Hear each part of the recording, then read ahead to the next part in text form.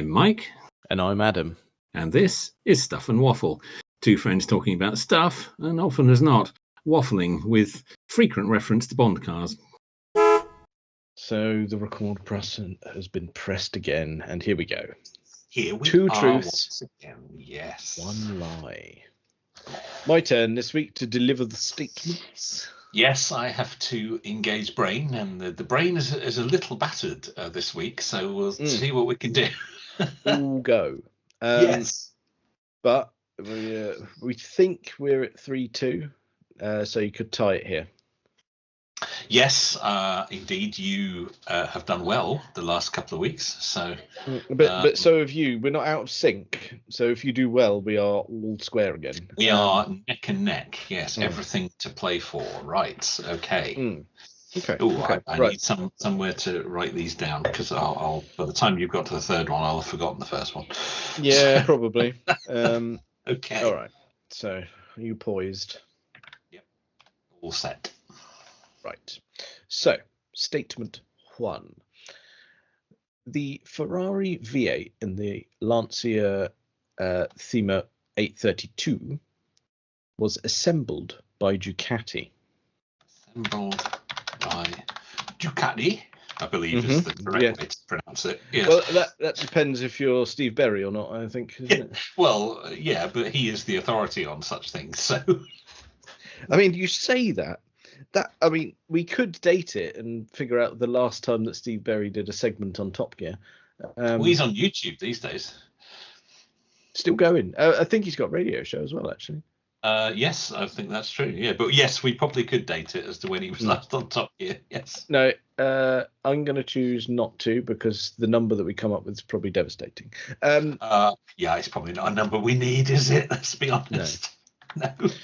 So, statement number 2. The V12 version of the BMW E32 7 Series was the first BMW where the kidney grille was wider than it was tall. Am I supposed to know that?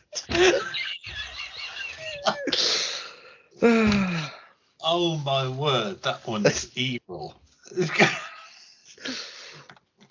Wider than it was tall. Correct, yes. Was tall. Right, okay. That one's horrible. I'm so sorry. And finally, the Volvo XC90 is the only Volvo to be fitted with a transverse V8. Okay. So, dear. Hit me with your thoughts. Well, I thought so. I don't know any of those. Okay. Ferrari V8 in the Lancia Thema 832, assembled by Ducati. I mean, it's plausible. Although you'd have thought if they were buying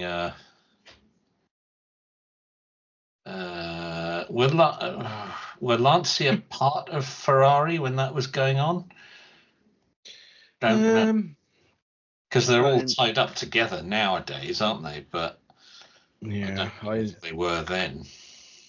Well, I'm not 100%, and I probably shouldn't help. I've done that before. I've helped before. Yeah, well, it's easy to do, isn't it? If you know a bit more about what you're asking, it's very easy to just slip a, oh yeah, well, of course, the X, Y, Z, and before you know it, yes. Oh, okay, so yeah, okay, it's plausible. The V12 BMW E32 7 Series. So that's not our favourite 7 Series. That's the previous one, isn't it? Because our favourite is the E38. Yes. Correct. Yes, is the Bond one. Wider than it was tall. E32. I'm struggling to picture the E32, but Googling it is going to be against the rules. Precisely. Yes. Yes. Okay. Now, the grille on the E38, I would say, definitely is wider than it is tall. Mm-hmm. The previous one, I mean, they used to, of course, in the old days, they were very much the other way round. They were very tall, and Exactly they got slowly shallower, didn't they, over the years? So, yeah. Oh, I can't remember what the E32 looks like, but again, it's plausible. Mm-hmm. Oh.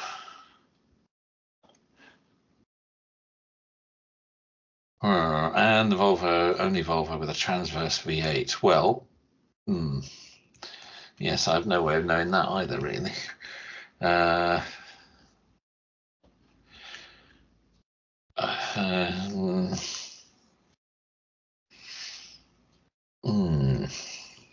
the XC90, of course, big off-roading SUV. I'd say off-roading with a pinch of salt. Yeah, that's probably fair. That's probably fair. It was one of Mr. Clarkson's favourite vehicles, wasn't it? In fact, I think he owned one for a while. But for quite some time, as I recall, wasn't it? It was a sort Yeah, he did. He really liked it. Go anywhere, do everything in it. The family vehicle. That's right. It was before he had his L322 Range Rover, I believe. I think you are correct there. Yeah. In those days, yes, indeed. I wasn't aware that actually had a V8, but I'm not that familiar with them. So maybe.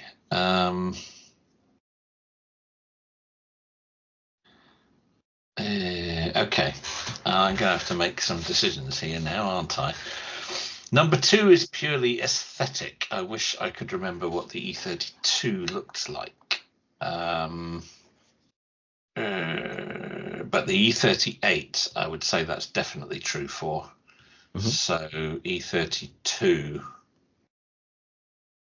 had it reached the point where it was wider than it was tall?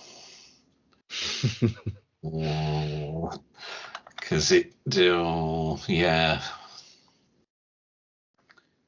I'm desperately racking my brains to try and remember what the E32 looked like. I'm tempted to say that is. Was the E32? I know we're talking about a 7 series. Are we talking the era of the Ronin 5 series? It's really difficult, actually, because the Ronin 5 series was the E34, which kind of straddled the 2 generations of 7 series. Yeah, okay. I think I've worked out which one it is. I really like that. So I like all that era of Beamers. They were all gorgeous. But the grill. So it's okay. Okay, I'm gonna give you my answers. I think. Go on. I'm going to give you my answers. I am going to say that number 1, the Ferrari V8 in the Lancia Theme 832 assembled by Ducati, is true.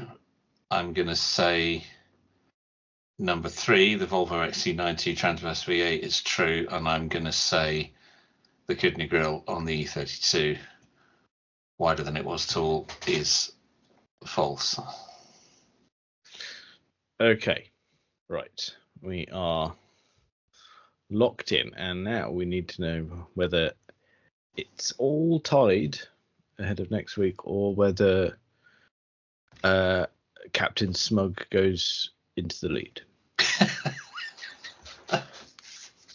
Because you know there's the potential for smugness, don't you? I think it's more than potential, let's be honest. Well, I can reveal that smugness will prevail That is Oh, incorrect. I'm so sorry. Cock. Damn. So, Okay. Where did as I I'm go picking. wrong? Yeah. So, the Ferrari V8 in the Lancia Thema 832 was indeed assembled by Ducati. Okay. So I was correct on number one. You were correct on number one. The V12 version of the BMW E32 7 Series was indeed the first BMW where the kidney grille was wider than it was tall. That's so hard to. I haven't got one here with a tape measure that I can. I mean, even if I looked at pictures, I don't know that I would. I would get that. So the Volvo. Okay, Volvo. The XC90 is the only Volvo to be fitted with the transverse V8. Incorrect. It was actually one of two Volvos to be fitted with the transverse V8. Bugger. There was a rare luxury barge version of the S80 that had a transverse V8 in it. I would never have known that. I would never have known that. That's just three really mean ones. You've been mean. Well, you were mean last time. Yeah, true. My last one was It was more luck than judgment for me last time as well, though, in fairness. No, fair enough. Yeah. So there we go. Wow. Okay. 3-2, I'm afraid. You've pulled ahead. Darn. Sorry about that. I was confident with. Well, I was. No, I wasn't confident with. No, those. I was going to say the tone of voice was not confident. No, I wasn't confident with those. I was reasonably happy with my BMW grille, but that's a tough one to call because they were getting shallower and shallower. When rummaging for facts, I was like, this is a bit niche, and I was like, well, I'm having it. It's a bit niche. Yeah, that's even for us. It's a bit niche. Yeah. Yes, that's quite, as Mr. Smith would say, that's quite pervy. And in fairness, to credit his co-host, I might have pinched that from one of his books. Well, his books, of course, were made for this. They are a wealth of hopeless information. Yes. Yeah. So that was, I was very pleased with those, and yes, they served me well. Right. Well, okay. Well, we need some humdingers from you next week, then, don't we? Oh, you set the bar high. You really have. Yeah. Okay. Yeah, I'm going to have to come up with something that absolutely destroys you next week. Yeah, that's the spirit. I like that. Yes. You cannot be allowed to get away with another one. No, I can't. So we had discussions last week about your vehicle, didn't we? My unwell vehicle. Yes. My poor old Jaguar Sport Brake. Yes. Had experienced some issues. It went into the garage. I took it up there yesterday. They've been working on it today. Yep. They called me late this afternoon, and they had completed the work that we agreed they would do, plus a dash extra. So they've replaced the intercooler and a whole load of related pipe work because they were fairly confident it wasn't either of the turbos themselves causing it to go into restricted performance under load. They also had a look at some of the pipework going into the airbox, which they, or airboxes, it seems there are two. They weren't going to look at that, but they had noticed that there was a seal that appeared to be missing from one of them, and they had contacted Jaguar to see to get a price, although they weren't going to do this bit on this first pass. They wanted to see if the intercooler was going to fix the issue, but they contacted Jaguar to find out what was in the airbox kit, because of course you can't buy individual components, you have to buy kits of things, to find out what seals and things it came with, because they'd noticed one side had a seal on one of the pipes and the other side didn't, and Jaguar said to them, well, there isn't a seal in the kit, which means it either doesn't need one or you're supposed to reuse the one that's already there. They weren't sure, which is not terribly helpful from Jaguar. Fascinating, yes. Jaguar well parts done. department. Yes, thank you so much for that. So basically, you don't know. No, that's what we've learned there. Yes. However, there was a leak coming from the side that didn't have the seal, and there wasn't from the side that did have the seal. Now, rather than order the very expensive £520 airbox kit from Jaguar, they thought, well, it's just a rubber ring. Let's have a look in our spares trough and see what we've got. And they found something that was about the right size and fitted that as well, just while they were in there. There was also a slight leak from the EGR valve, but they haven't done anything about that because it's very, very minor, and they'd have said I'd be really surprised if that was causing this issue.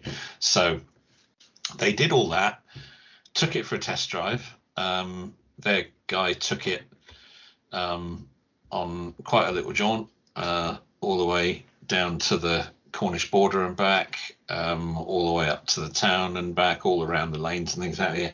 Took it out on the link road, gave it an absolute hammering. Apparently had it up over 100 miles an hour at one point. So allegedly. I know where to send the ticket when that arrives, and really pushed it, and it didn't go into restricted performance. Excellent. So that's good. That is. So call that. I mean, we'll call it a very high likelihood of success. High likelihood of success for a lot less than I thought I might be in for. So they were going to let it cool down a bit after their spirited test drive. And put some fresh coolant in it, and then I'm going to pick it up tomorrow morning. So hopefully, fingers crossed, that will have put that little problem to bed. Perfect.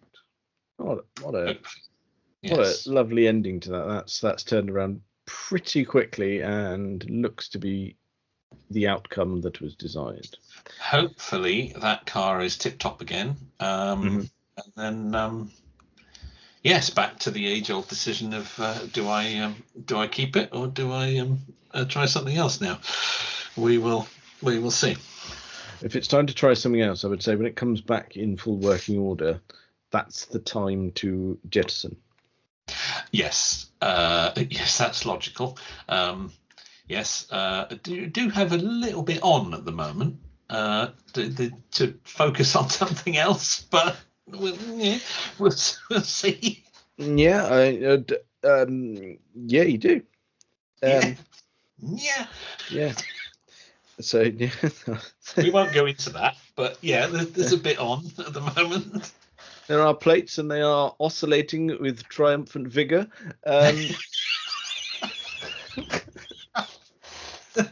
I couldn't have put it better myself. Yes. Oh, well, there we go. That's the name of the episode, sorted. That's it, isn't it? Yes, yeah. Absolutely. Oscillating with triumphant vigour. You are such a knob. Yeah.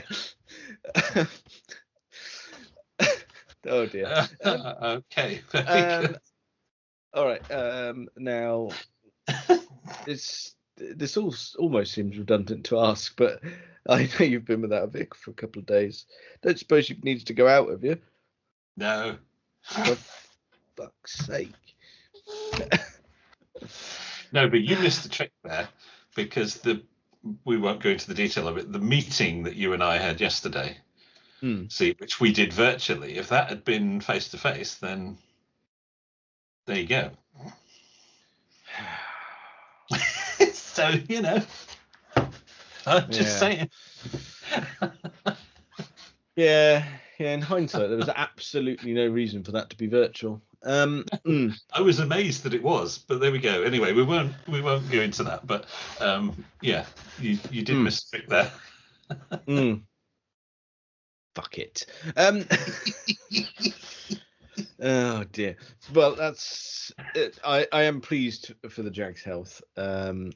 Well, of course, yes. We didn't want that to be broken. There was no need for that. No, you don't need that. Your wallet doesn't need that. No, it really doesn't. No, that could do without that on all fronts. That's good. So there we go. Yeah. I don't. There's not much to report here on the fleet front. That was going to be my next question. Yeah, any developments there? So it does rumble on a little bit. It's that awkwardness of weighing up when the van needs to go. We're coming close to the end of its need. There are a couple of actual work jobs for Kaylee where it still needs to be used, but it won't be long before that's no longer the case, and we need to make it go away. I think I've talked her down now, right, to the point where I really don't want a Mazda 6 on the driveway. I know it's not me buying it. I know it's not my funds. I know I'm married and it's technically joint funds and all that sort of caper, but you know what I mean. I do. Yeah, I believe that we run our finances the same way as you guys do. Yeah. Yes, I know it's going to.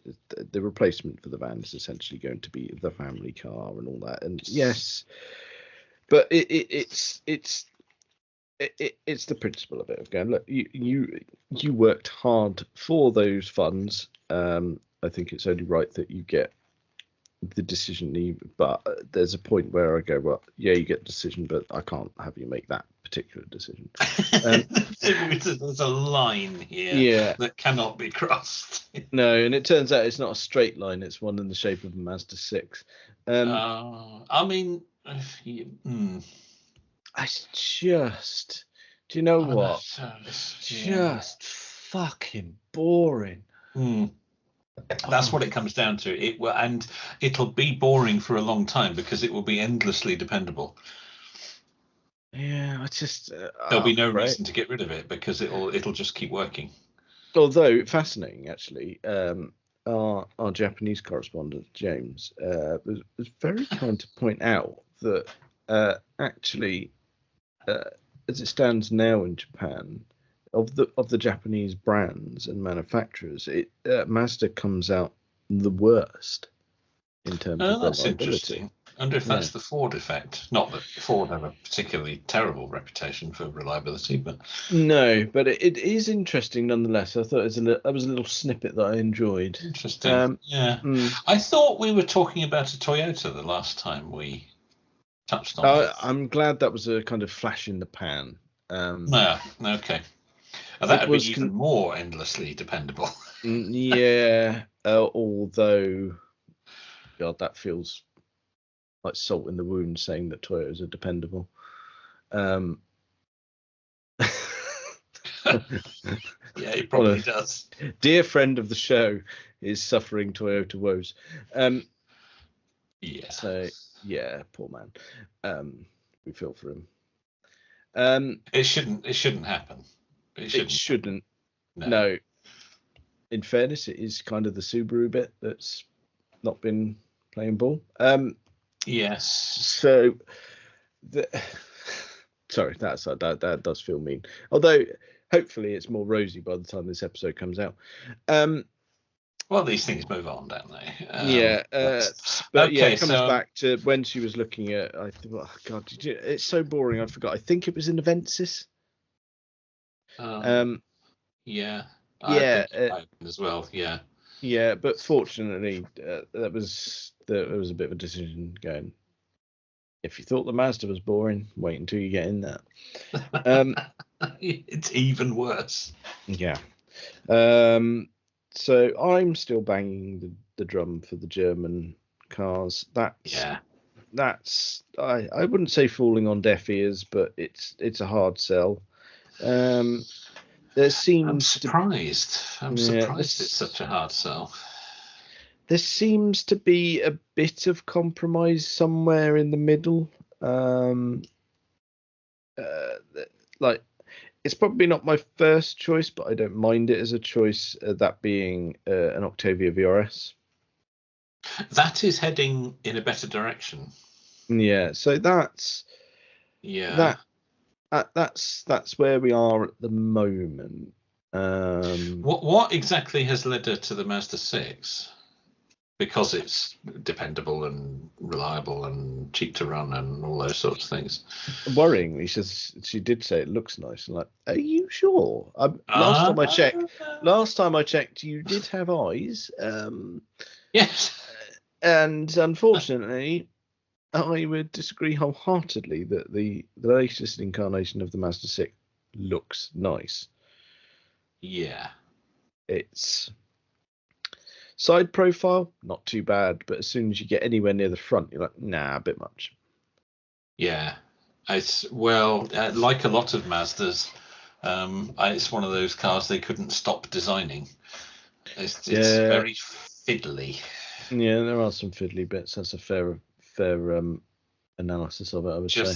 Leave it alone. It doesn't need all that. But I know that's often part of the Japanese styling. Yeah, and sometimes it can be executed really well, but the execution of that is not really good. So I will persist in ensuring that doesn't happen. Well, it's all on you, really, by the sound of it. On that one, yeah, you're going to have to try and divert that a bit. Yeah, I mean, Chris has been wonderful in assisting me on this. He's a very anti-Mazda, and has told not as a brand, just a Mazda 6 as a potential vehicle. He was, I mean, borderline livid. Really, proper angry about it. Yeah, so he's been banging the drum for me as well, which is very kind of him. Yes. But yes, that rumbles on. But obviously, with the van still being in use and still needed for a short period of time, it's not like a trigger can be pulled at present.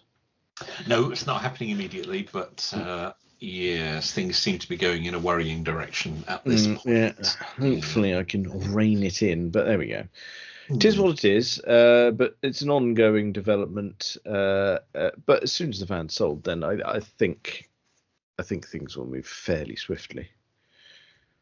Yes, well, she'll need a vehicle, won't she? So. Yeah, and I think she's quite keen as well. So the two combined means there won't be much dilly-dallying, which is good.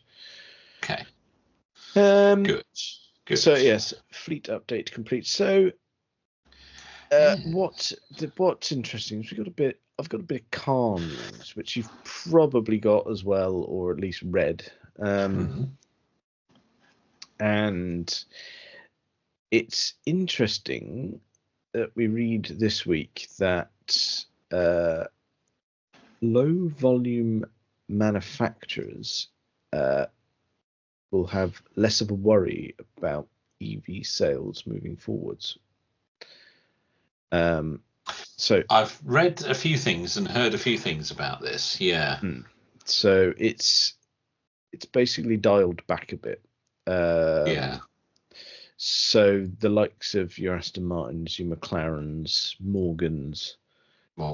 Yeah, I think it was in context of Morgan that I heard this. Yeah, if reading further into it, it does apply to these other brands as well because of the volumes are in the sweet spot there. Yes. So the basic gist is that we know that mainstream manufacturers, depending on government shifts and all that, we're going to say 2030 to 2035, give or take, depending on what rules are in place at what point and what government's in power, blah, blah, blah. Yes, and what other governments are doing. Yeah. Yes. Fucking orange bellend. Yeah. Unbelievable. So, oh god, before we get onto that, no, we're not going to get onto that at all. No, I don't think we should. No. What it means is those lower volume manufacturers aren't going to be affected by this, or certainly affected to a lesser extent. Yeah. Meaning that, I mean, let's face it, it could ruin a smaller brand. Yes, it could. Well, this was always a point of confusion, wasn't it? Was what were these smaller, low volume manufacturers going to do? Because there just didn't seem to be a way for them to move forwards past that date. Yeah. So it does mean that they don't need to electrify at such a rapid rate. Which is fine, because, I mean, we're car people. We do understand that there is a need for electrification or some sort of diversification in that sense. In some way, it will play a part. Yes, there needs to be a mix of solutions to really tackle this, and it has to be tackled. There's no getting away from that. But battery electric will form a part of it. Yeah, but a low volume British sports car manufacturer, I mean, like churning out, I don't know, a couple of thousand cars a year, if that. Yeah. That is not going to cause an environmental issue. Well, and it's the way those cars are used as well. They are bought often as a second or third car, a weekend toy. The mileage that they will do is minuscule in the grand scheme of things. You know, they'll only come out in the summer, and you'll go for a blast on a Sunday afternoon for a few weeks of the year, and then it might well get tucked away again. The environmental damage that a vehicle like that will do is so tiny that it's almost immeasurable. Yeah, quite.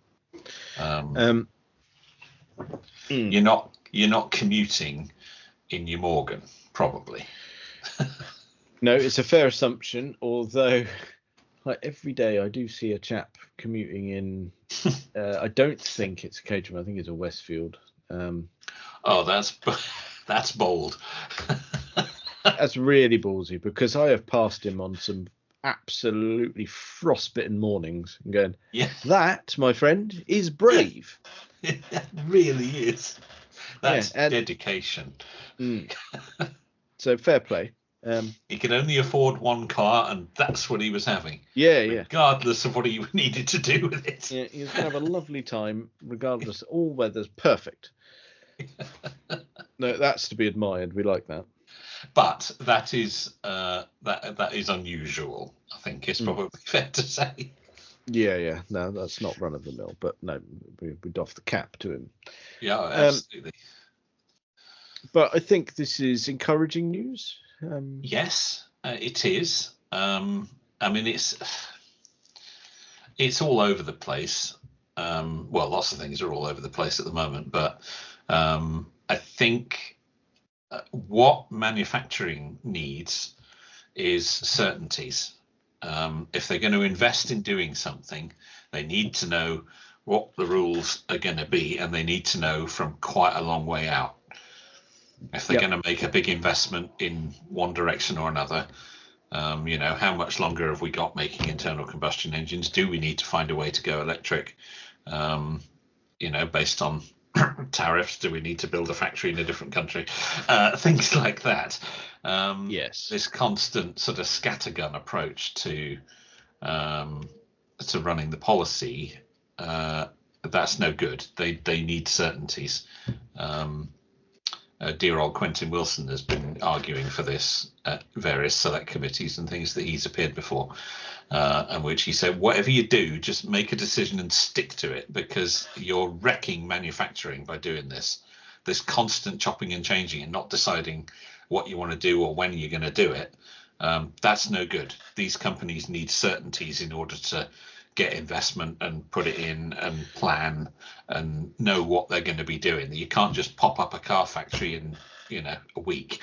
So they need to know years in advance as to what they're going to do. Quite the greasy little fella's not wrong, is he? Put a private plate on it. No, that's a different thing. They can still do that. It's fine. You can. Oh dear. No, it's frustrating. Yeah, but I did see something about that these are low volume manufacturers. Yeah, we're going to have different rules, which is good and sensible and how it should be. Yep, very pleased to hear that. So yeah, that's. I mean, mind you, as you highlighted, all these things are very fluid, so subject to change, maybe. Well, very much so. Yeah, very much so. Yeah, I mean, the electric car market has been volatile, shall we say, and a particular company that was dominating that for a while, it kind of isn't at the moment, but for not any fault of their own. So it's forever changing. The new Renault 5 seems to have got off to a bit of a flying start. Yep, we like a bit of that. Yeah. Very positive. I saw my first one on the road. Oh, superb. Yeah. It was. I mean, I've seen it a few times at shows and such like, but yeah, it's the first time I've seen somebody, and it wasn't a demonstrator or anything. It was someone out in it using their new car. A real person. Wow, yeah. That's fantastic. It's a very compelling package. Yeah, it looked great. It really did. But it was a bold colour, and it just like, you know what, this is wonderful. What a thing to see. To caveat that, or to do a bit sick in your mouth, I have now seen 2 Capris. Oh, you did mention this, I believe, on Discord the other day. Yeah. Awful. Yeah, I don't understand it. I mean, really awful. And I can't. It must be the same one or two, and I just keep seeing the bloody things. You must do the same journeys at the same time as they do. Yeah, and I've seen the same Explorer a few times now as well. I'm like, oh, come on, it's just horrible. As I said, I don't know quite what they're doing there. Ford used to have such a well-defined lineup with something for everybody, but now you've got Mustang Mach-E, Explorer, Capri. They're all the same. They're all about the same size. They all do the same thing. Why do we need 3 of them? Yeah, and obviously we've got Puma going electric, and that's another one into the mix. There you go. That's another yes. I don't understand the range. What's the difference? Why would you have? Well, clearly you wouldn't have any of them, but why would you have one over the other? Why would you have an Explorer over a Capri, or a Capri over a? I don't understand. They're all the same. They're all based on VW technology, which is weird, given that we're talking about Ford. Yeah, and we've said before, like, if you're going to base it on anyone's technology, why would you base it on their absolute piece of shit? Yes, because quite. It's not a great place to start, is it? No, it's not. I don't understand the range. Ford used to be so good at this. They had a really well defined range of vehicles, and there was something in there for everybody. Mm. And within each one, you had a clear progression up the, L, GL, Gear, XR. You'd have your clear spec progression and your clear model progression, and I don't understand now. I don't understand the difference between the different. Well, why would you have one over the other? It used to be so easy. You have an Escort or a Sierra or a Granada or a Transit. You knew where you were with those. Yeah, of course. And they have undoubtedly lost their way. Yeah, I think so. And they seem to be producing a range of identical vehicles. Yeah, no one wants that. No, don't understand. Which I don't understand. think there is some truth in, because let's face it, like, new cars are not as thick and fast as they once were when the new reg comes out. No, not at all. Not at all. I don't even know if that's really still a thing, even. No, probably not. I mean, as soon as they made it like a couple of regs per year, it's like, well, that kind of destroyed it, didn't it?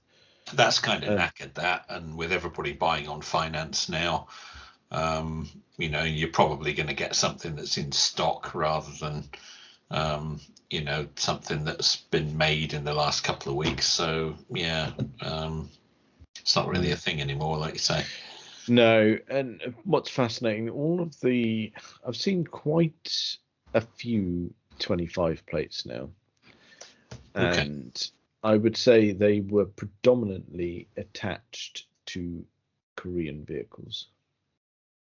Yeah, well, that makes sense, doesn't it? Yeah,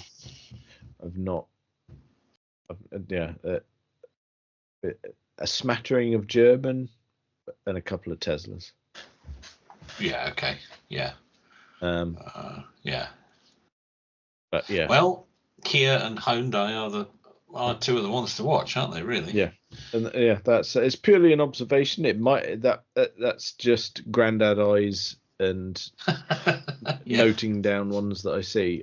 So I wouldn't say it's a particular data trend. It's just what I've noticed, but it does. Yes. It certainly feels like that. Which and in years gone by, a new reg came out. Now it would have been a sea of thoughts. Oh, yes, it would. Yeah, undoubtedly. Yeah, absolutely. Yeah. Those days are gone, I'm afraid. Yeah. We're also starting to see a few BYDs about. Yeah, I've seen a few now. Yeah. Quite noticeable. Yes. And again, very compelling package. Yeah, they're not background furniture on the road, actually. They do stand out. Yes, they do. Yeah, they do, but not in a bad way. No. I think that's fair. I don't think I strictly want one, but I do find them interesting. I don't think I would choose one at this stage, but no, I do find it interesting, and I watch with interest what they're doing and where they're going to end up in the market. But I think if they're not careful, brands like that could easily replace Ford. Yeah. And I do think certain brands are in danger of being had by someone like BYD, because, like you say, they're sneaking up on mainstream, and something that we didn't think we'd say in such a short period of time, they could be sneaking up on someone like Tesla as well. Well, who'd have thought that could happen? Yeah. And let's face it, that is a combination of the tech, the product, and the unfortunate politics surrounding the world of Tesla at the moment.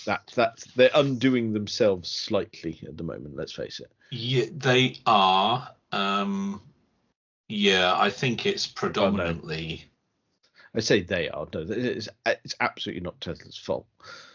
No, that's a very valid point. They haven't done this to themselves.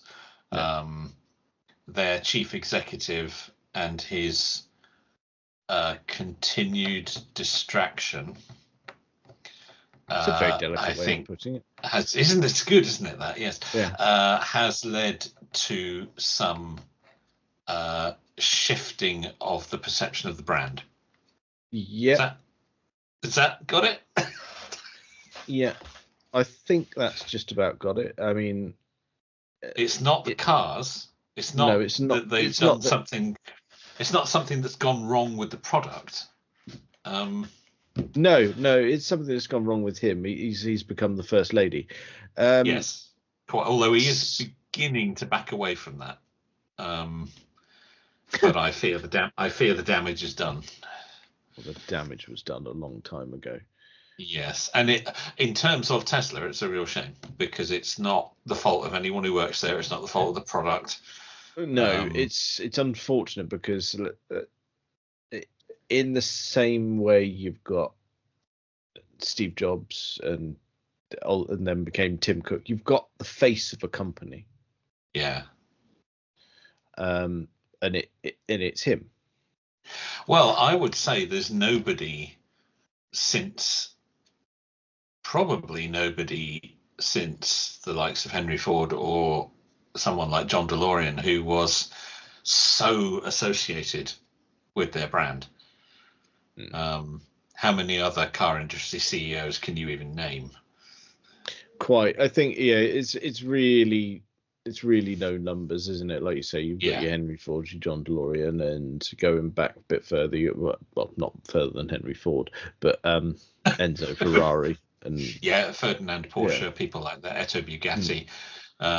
But in more recent times, certainly in our current times, how many car industry CEOs can you name? Probably they're not household names. All right, you and I might be able to name a few, but we're odd. They're not household names. I think you can name them on one hand. One that jumps out for you and I probably would be and we'll get the pronunciation right. It's Mate Rimac, not Mate Rimac. It's not old matey Rimac. Yeah. Indeed. He is another one that you would know, but I think Elon has made himself so hated and yet still so associated with his brands that it has badly damaged them, and it's a real shame because it's not the fault of the company. No, it's not. And they've had dealerships attacked, cars vandalised, and also, into private people's cars vandalised. And there's no need for that. No, it's a problem. And it would stop me even buying a used one at the moment, even though none of that money would go to him. Yeah. It's a distancing thing at the moment, isn't it? Yeah, it is. It is. I don't want to be driving one at the moment, even though, the values of used ones are really low at the moment. Would be a hell of a lot of car for the money? Yeah, quite. The values are competitive, to say the least. Yes. Model S's are now down to less than 10 grand, which is, it's nuts, isn't it? Yeah, and some of the early ones, which have the lifetime free supercharging on them, I've seen them for as low as 8-9 grand. Which is, that is a lot of car for the money. But the trouble is, at the moment, don't really want one. No. Oh no. Which is a real shame. It's I'm really disappointed in him because I was one of the fanboys for a while. Yeah. And back then he was somebody to admire. And he seemed to be really turning things on its head and doing good and doing things differently. And you sort of thought, yeah, he really wants to make things better and do things differently. And yeah, it's all gone wrong. Yes, it has. It's gone tits up. Yes. It's a shame. But I think they can come back from it. But someone with a very clear business head needs to think of a way of jettisoning him sharpish. Yes, I think the board of directors needs to be working on this. They must be. Oh, there must be some conversations going on in a room somewhere. There must be. Because they must see what damage it's done. Yeah, there must be some meetings happening somewhere. We shall see. Yeah, we shall. But okay, all right. Well, yeah, I don't think either of us are going to be rushing out anytime soon. No. To make a purchase there. No, that's fair enough. Sadly not. But good news that smaller manufacturers are going to get a bit of an easier time. That's right. Pull it back round. So that's all right. End on a positive. Yeah. That's right, because as we discussed a little while back, both you and I don't know whether it's a shift in what they produce or whether it's because we're old bastards, but both you and I are really quite fond of what someone like Morgan's churning out these days. Yeah. I watched some of the launch stuff of their latest model. Yeah, really good. Yeah, I like a bit of that. So I tell you what, we never touched on that. Actually, maybe we should go back and delve deeper into that one, because I know everyone's done it a bit, but let's get a personal take on that. I tell you what, that's something we'll wrap it up, but that's something we need to revisit next week. Bit of homework there. Yes. Let's delve deeper into the new Morgan. Yeah. Yes. Because we did touch on their special edition one, didn't we? We did. But this next one's going to be one of their proper lineup, so to speak. So, yeah. This is part of the range. Yeah, that's right. Yeah. This isn't a limited run. This is for anyone who wants one. Yeah. Yeah. Okay. Right. We'll do that then. Yeah. Right. We'll park it there. We'll end on a good note, and next week we will delve into the latest Morgan. Flat caps and driving gloves at the ready. String backed for extra purchase. Well, I think that's probably enough of that for this week. Check us out on all the various social medias and things. Thank you very much for listening.